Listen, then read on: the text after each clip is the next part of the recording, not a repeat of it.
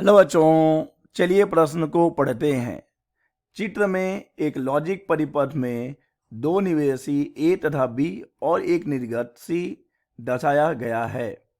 ए, B तथा सी के उल्टता तरंग रूप दिए गए अनुसार हैं। तब लॉजिक परिपथ गेट है। दिए गए विकल्प हैं A or gate, B nor gate, C and gate या फिर डी नैंड गेट। चलिए सबसे पहले हम लिख लेंगे मूल अवधारणा। मूल अवधारणा जिस पर कि यह प्रश्न आधारित है, यह प्रश्न आधारित है लॉजिक गेट पर। Logic gate. चलिए बच्चों, दिए गए विकल्पों के लिए हम बुलियन व्यंजक लिख लेते हैं। और गेट के लिए बुलियन व्यंजक होता है ए प्लस बी।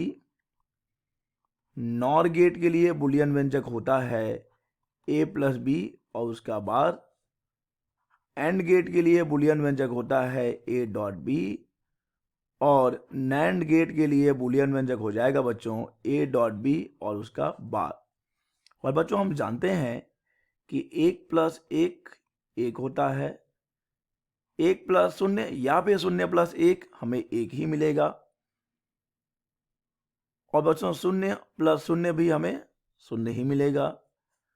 एक डॉट एक एक होगा, एक डॉट शून्य या शून्य डॉट एक हमें शून्य मिलेगा और शून्य डॉट शून्य भी बच्चों हमें शून्य ही मिलेगा।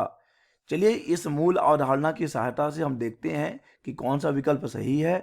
बच्चों प्रश्न में दिया गया है एक लॉजिक परिपथ के दो निवेशी सिग्नल ए और बी, देखिए ए और बी और उनका निर्गत सी दर्शाया गया है और यहां पर उनके उल्टता तरंग रूप दिए गए हैं बच्चों। तो चलिए पहले दिए गए उल्टता तरंग रूप से हम सटता सारणी बना लेते हैं और देखते हैं कि जो सटता सारणी इस उल्टता तरंग रूप से बनेगी वह किस गेट की है, वही हमारा सही विकल्प होगा।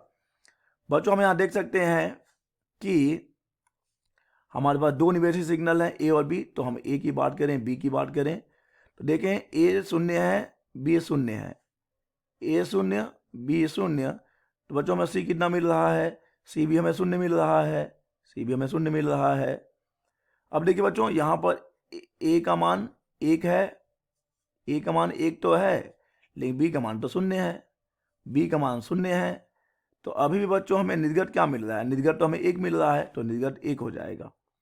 अब देखिए बच्चों पुनः यहाँ पर ए का मान तो एक है, बी का मान भी एक है और अब बच्चों सी का मान भी हमें एक ही मिल रहा है, यानी कि दोनों एक एक हैं तो हमें उत्तर एक ही मिल रहा है।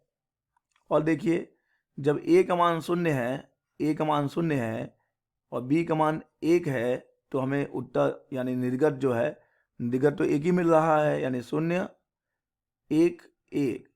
तो बच्चों यहाँ पर हम देख सकते हैं कि ए और बी शून्य शून्य होने पर निर्गत शून्य है।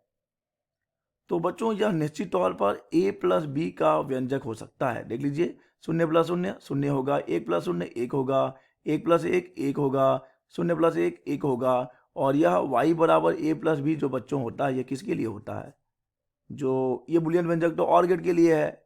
अतः निश्चित तौर पर यह किसको व्यक्त कर रहा है, यह और गेट को व्यक्त कर रहा है। तो सही विकल्प हो जाएगा ए और गेट।